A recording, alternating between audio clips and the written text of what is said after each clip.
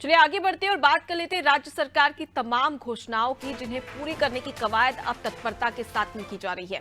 नए साल में बड़ी योजनाएं पूरी होंगी, जहां पर कई विभागों की प्रस्तावित योजनाएं पूरी होंगी।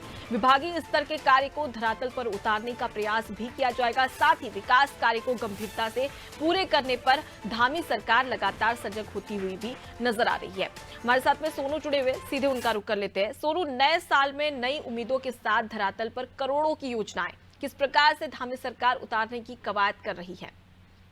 देखिए, उत्तराखंड की मौजूदा धामी सरकार ने संकल्प लिया हुआ है कि आने वाले समय में उत्तराखंड को सशक्त उत्तराखंड बनाया जाए और इसमें जन सहभागिता को भी सरकार महत्वपूर्ण मानती है। और ऐसे में अगर हम विभागीय कार्य संस्कृति की बात करें और विभागीय अधिकारियों के कार्यों की हम बात करें, तो सरकार की कुछ ऐसी योजनाएं हैं जो जनहित से भी संबंधित हैं और जो विकास के लिहाज से महत्वपूर्ण योजनाएं अलग अलग विभाग की।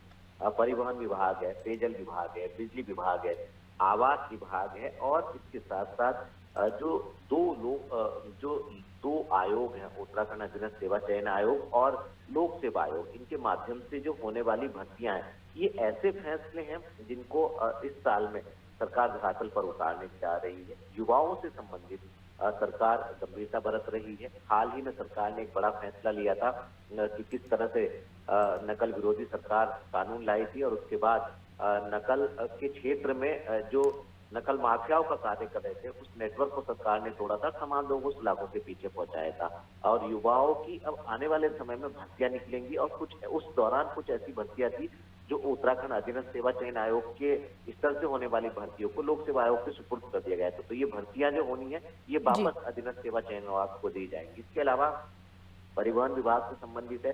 परिवहन विभाग जो है वो कैसे आर्थिक रूप से मजबूत हो सके, परिवहन की कैसे कायाकल्प की जा सकती है, इससे संबंधित योजनाओं को धरातल पर उतारा जाएगा।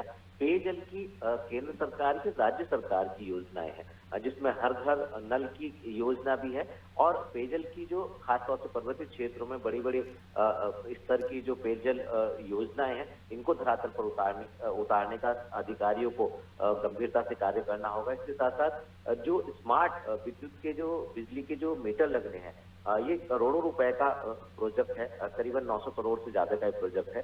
इसको धरातल पर उतारना होगा अधिकारियों को। और इसके साथ साथ जो प्रधानमंत्री आवास योजना के तहत जो बेघर लोगों को घर उपलब्ध कराए जाने हैं, उनको आवास दिए जाने हैं, इस योजना को पूरी तरह से अमली जामा पहनाना होगा। और इसके साथ साथ जो युवाओं की भर्ती के साथ साथ जो अन्य ऐसी योजनाएं हैं जो पहले से ही प्रस्तावित हैं, जिनको धरातल पर उतारा जाना, तो हम ये कह सकते हैं कि इस साल के अंत तक तमाम ऐसी प्रस्तावित योजनाएं जिनको सरकार को धरातल पर उतारना है। राजधानी देहरादून की अगर हम बात कर लें, तो जो खंभों पर हम विद्युत के तार झूलते हुए देखते हैं, इनको अंडरग्राउंड किया जाना, तो ये भी काफी बड़ा प्रोजेक्ट है। स्मार्ट सिटी के तहत तमाम निर्माण कार्य को पूरा किया जाना है। तो इन तमाम योजनाओं को विभागीय अधिकारियों को गंभीरता से धरातल पर उतारना होगा।